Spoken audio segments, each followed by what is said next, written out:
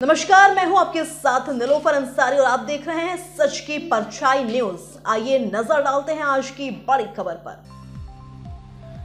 बिजनौर के अल्हेपुर ब्लॉक की ग्राम पंचायत हाफिजाबाद में प्रधान ने विकास कराकर जीता लोगों का दिल। जनपद बिजनौर के ब्लॉक अल्हेपुर की ग्राम पंचायत हाफिजाबाद में जब अनूप वर्मा ने प्रधान पद के लिए चुनावी मैदान में कदम रखा था, तब मुकाबले में कुल 8 प्रत्याशी थे। अनूप वर्मा ने 1375 मत पाकर 375 वोटों की निर्णायक बढ़त से जीत हासिल की थी, लेकिन यह जीत महज एक पद नहीं, गांव के विकास की एक नई शुरुआत साबित हुई है। चुनाव जीतने के बाद अनूप वर्मा ने ग्राम पंचायत सचिव के सहयोग से गांव की तस्वीर बदलने का बीड़ा उठाया। सबसे पहले पंचायत घर का सौंदर्यीकरण कराया गया, जहां अब पंचायत से जुड़ी बैठकों और गतिविधियों के लिए एक साफ सुथरा सुसज्जित स्थल उपलब्ध है।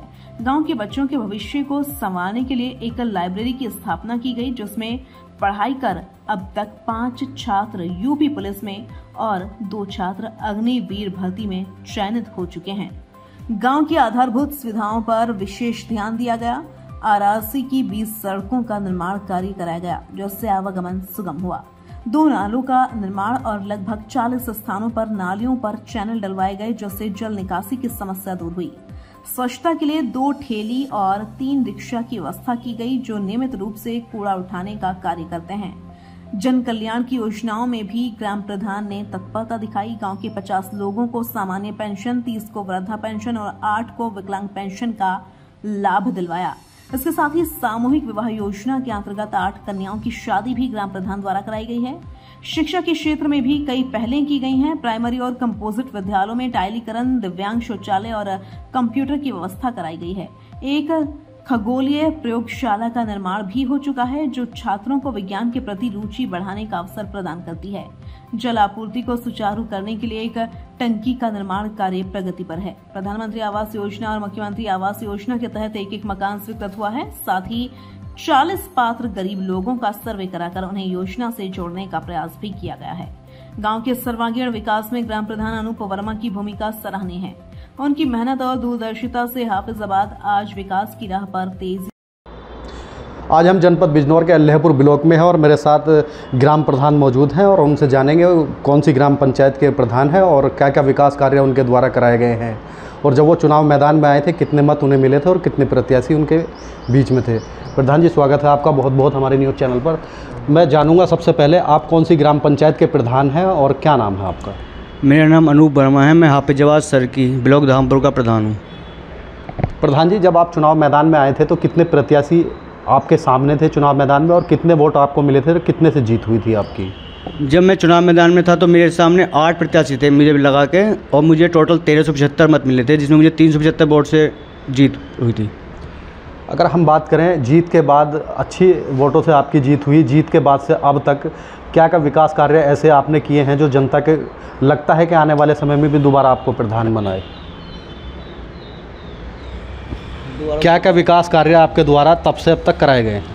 विकास कार्य ये कराए गए हैं कि जहाँ पे सड़कों पर पानी भरा रहता था उनकी सड़कों का निर्माण, आरसी रोड का, नालों में जहाँ पे नाली खराब थी, नाली की रिपेयर और नाला मरम्मत कार्य, और पंचायत घर का जीर्णोद्धार, पंचायत घर में लाइब्रेरी का निर्माण, एस्ट्रोनॉमी लैब का निर्माण स्कूल में पढ़ने के लिए बच्चों के लिए, और काफ़ी दोनों स्कूलों में 2 कंप्यूटर रखवाए गए बच्चों पढ़ने के लिए। फ्री वाईफाई की सुविधा है, और विधवा पेंशन, विकलांग पेंशन और वृद्धावस्था पेंशन, तीनों का मेरे तरह कार्य कराए गए हैं। प्रधान जी, अगर हम बात करें स्वच्छता की, तो उसको लेकर ग्राम पंचायत में क्या क्या आपके द्वारा कराया गया है? स्वच्छता को लेकर हमारा गांव काफ़ी पहले से काफ़ी जागरूक है, और हमारे गांव में 3 कर्मचारी नियुक्त हैं सरकारी, और बीच बीच में समय रहते हैं हम प्राइवेट तौर पर भी सफाई कराते रहते हैं, नालों की, नालियों की, और जहाँ पानी भरा होता है वहाँ पे उसकी चलता रहता है प्रोग्राम। सरकारी योजनाओं का आप क्या क्या जनता को लाभ दिला रहे हैं? सरकारी योजनाओं का जितनी योजनाएं माननीय प्रधानमंत्री या माननीय मुख्यमंत्री जी के द्वारा चल रही हैं, सभी योजनाओं का लाभ गांव में हम मीटिंग कर करके हर 15 दिन 20 दिन में लोगों को बताते रहते हैं।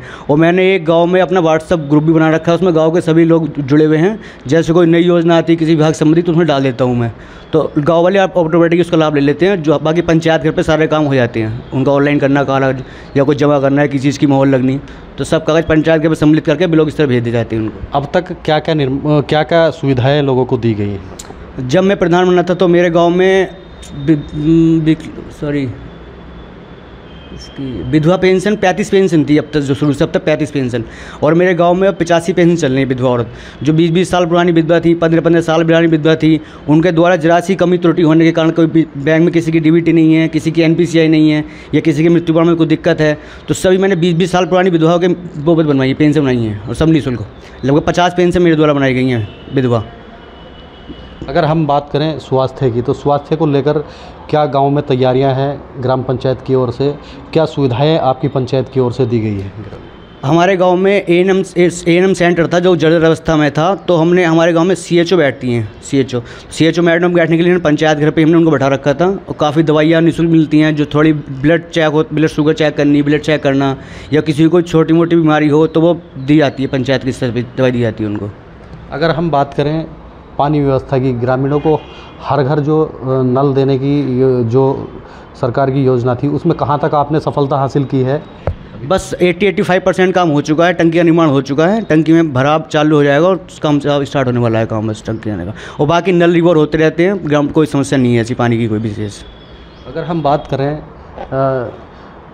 गांव के अंदर जैसे RCC सेंटर का निर्माण कार्य हुआ है, तो उसमें किस तरह से कूड़े का रखरखाव होता है, और गांव से हर घर से किस तरह से कूड़ा आप कलेक्ट कराते हैं और वहां तक पहुंचाते हैं? गांव में हमने प्राइवेट रिक्शा ले रखी हैं, 3 ही रिक्शा हैं, उसमें सफाई कर्मचारी नियुक्त कर रखे हैं प्राइवेट लेने वाले। वो घरों से कूड़ा इकट्ठा करते हैं और वहाँ ले आके डालते हैं RRE सेंटर पे, और हमने उनसे 10 रुपये या 20 रुपये शुल्क लेते हैं हर मंथली हर गाँव वाले से। तो इससे क्या फ़ायदा होता है? मतलब जो RRC सेंटर में कूड़ा जाता है, उससे कोई बेनिफिट भी है पंचायत को या नहीं है? पंचायत को बेनिफिट है, हम खाता एक OSR का खाता होता है, उसमें जो गांव वालों से पैसा इकट्ठा होता है वो उसमें जमा करते हैं OSR खाते में, और बाकी कूड़े की छटाई वगैरह होती है वो अभी होगी भविष्य में। अगर हम युवाओं की बात करें तो ग्राम पंचायत की ओर से युवाओं के लिए क्या सुविधा दी गई है? युवाओं के लिए देखिए सबसे बड़ी तो शिक्षा ही है, लाइब्रेरी का निर्माण कराया, फ्री वाईफाई है उनके लिए, बैठने की सुविधा है, पंखे हैं, और बढ़िया करके सब कुछ बुक्स वगैरह मैंने अवेलेबल करा रखी है कंपटीशन की। और उनको मैंने क्या बोलते हैं ऑनलाइन जो कोर्सेज होते हैं वो भी लेके दे रखे हैं, पेड LED लगवा के उसमें देखते रहते हैं। काफ़ी बच्चे सेलेक्ट हो रहे हैं, 5 बच्चे मेरे अभी UP में पुलिस में सेलेक्ट हुए हैं और 2 बच्चे अग्निवीर में सेलेक्ट हुए हैं। अगर हम बात करें सचिव साहब की, आपके पास में मौजूद हैं, विकास कराने में इनका कहाँ तक अहम योगदान है? नहीं, सचिव साहब का तो योगदान बहुत है, देखिए जो मैंने कहा वो सब करते हैं बहुत। अब दोनों की मदद से ही हो पा रहा है काम, और दोनों मदद ना करें तो कैसे हो पाएगा? जिले स्तर कोई काम है या कुछ काम रुका हुआ है किसी का तो हो जाता है, इसलिए कोई दिक्कत नहीं। अगर हम बात करें गांव में जैसे किसी महिला को प्रसव पीड़ा होती है, तो उसको कहाँ पर ट्रीटमेंट देने के लिए ले जाता है? क्या गाँव में ऐसी कोई सुविधा है? नहीं, ट्रीटमेंट प्राथमिक उपचार तो गांव में ही CHO उपलब्ध करा देती है, मगर उसको किसी को ज़्यादा प्रसव पीड़ा है तो हम एम्बुलेंस को फ़ोन करके उनको ब्लॉक स्तर पर भर्ती करा देते हैं अपने। हमारे यहाँ आशा हैं, आंगनवाड़ी हैं, ANM है, कोई दूसरी नहीं है। काफ़ी प्रसव होते हैं यहाँ पे ब्लॉक में हमारे गाँव में। प्रधानमंत्री आवास योजना के तहत कितने मकान अब तक बनवाए गए हैं और कितनों का सर्वे अब तक हो चुका है? प्रधानमंत्री आवास योजना के अंतर्गत मेरे तो गांव में 1 मकान प्रधानमंत्री आवास योजना से बना है और 1 आवास अभी मुख्यमंत्री योजना पिछले महीने नियुक्त हुआ है, और 40 मकानों का मैंने प्रधानमंत्री आवास योजना के अंतर्गत सर्वे करा दिया है। देखिए प्रधान जी, जब प्रधान चुनाव मैदान में आते हैं तो तरह तरह के वादे जनता के बीच जाकर करते हैं, और जब वादे करता है प्रधान उसको तभी वोट भी मिलता है। तो आप अपने जो वादे थे उन पर कितना खरा उतर पाए हैं अब तक? जो वादे मैंने कहे लगभग सभी खड़े हो जाएंगे। मैं तो आप जाके गाँव में चेक कर सकते, किसी से पूछ लो एक बार जाकर। और आने वाला समय चुनाव का है, लगभग 4 वर्ष पूरे हो चुके हैं। क्या लगता है किन किन मुद्दों को लेकर आप चुनाव मैदान में आएंगे? नहीं, मैं तो जाने की इच्छा नहीं है साहब, मेरे तो राजनीति मन भर गया। बाकी जो लड़े देखे बढ़िया है, आने चाहिए, युवाओं को आगे बढ़ना चाहिए, और ये कहना चाहूँगा मैं तो। क्या लगता है आपको गांव में अभी किस चीज़ की ज़रूरत है? ज़रूरत तो समय के साथ होती रहती, बदलाव होते रहते हैं। कुछ 2-3 सड़कें रह गई हैं मेरे गाँव में, बस ज़्यादा कोई ऐसी ज़रूरत है नहीं किसी चीज़ की। सब कुछ मेरे साथ सचिव साहब भी मौजूद हैं। सचिव साहब, आप कब से तैनात हैं गाँव में और कब क्या क्या विकास कार्य आपके द्वारा कराए गए? मुझे 5 साल हो गए हैं इस गांव में सचिव पे। तो विकास कार्य हुए हैं हमारे यहाँ RRC सेंटर बना है, टंकी का निर्माण हुआ है, विभिन्न सड़कें डली हैं और कुछ नाले भी बने हैं। तो विकास कार्य चल रहा है अच्छा सुचारू रूप से। क्या लगता है अभी गांव में किन किन चीज़ों की आवश्यकता है? अभी तो आवश्यकता तो रहती है गाँव में, क्योंकि विधवा पेंशन हमारी बहुत बनती हैं, और जैसे कि हमारे दिव्यांग पेंशन है, इस चीज़ें हमारी होती रहती है मीटिंग हर 15 दिन में।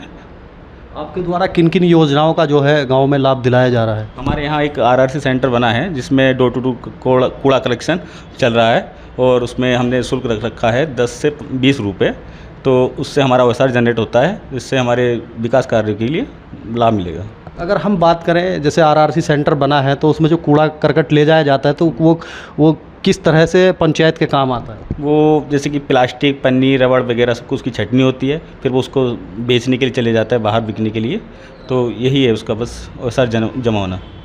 अगर हम बात करें टंकी निर्माण की, तो टंकी निर्माण जो गांव में चल रहा है तो कब तक जो है गांव की जनता को पानी मुहैया हो जाएगा? ये 80 से 90 तक तो उसका हो गया है विकास, बस 10% बचा है कि जल्द से 2-4 महीने में टंकी चालू हो जाएगी। सचिव साहब, अगर हम बात करें गांव की जनता की सुविधा के लिए और क्या क्या विकास कार्य होने बाकी हैं या आप प्रयासरत हैं? जैसे शासन द्वारा हमें आदेश मिलता है ऐसे ही हम योजनाओं का लाभ देते रहते हैं। जैसे कोई आदेश आएगा अगला तो वो भी विकास मिलेगा जनता को। मेरे साथ ग्राम प्रधान भी है और सचिव साहब भी मेरी बात हुई है। उनका कहना है लगातार जो शासन आदेश आते हैं उन्हीं के द्वारा वो लगातार विकास कार्य गांव में करा रहे हैं और गांव को चमकाने का वो काम कर रहे हैं। जनपद बिजनौर से सच की परछाई न्यूज़ के लिए मोहम्मद रहमान। फिलहाल के लिए इस खबर में इतना ही। देश और दुनिया से जुड़ी हर खबर देखने के लिए हमारे चैनल सच की परछाई न्यूज़ को लाइक करें, सब्सक्राइब करें और हाँ, वीडियोस को शेयर करना ना भूलें। नमस्कार।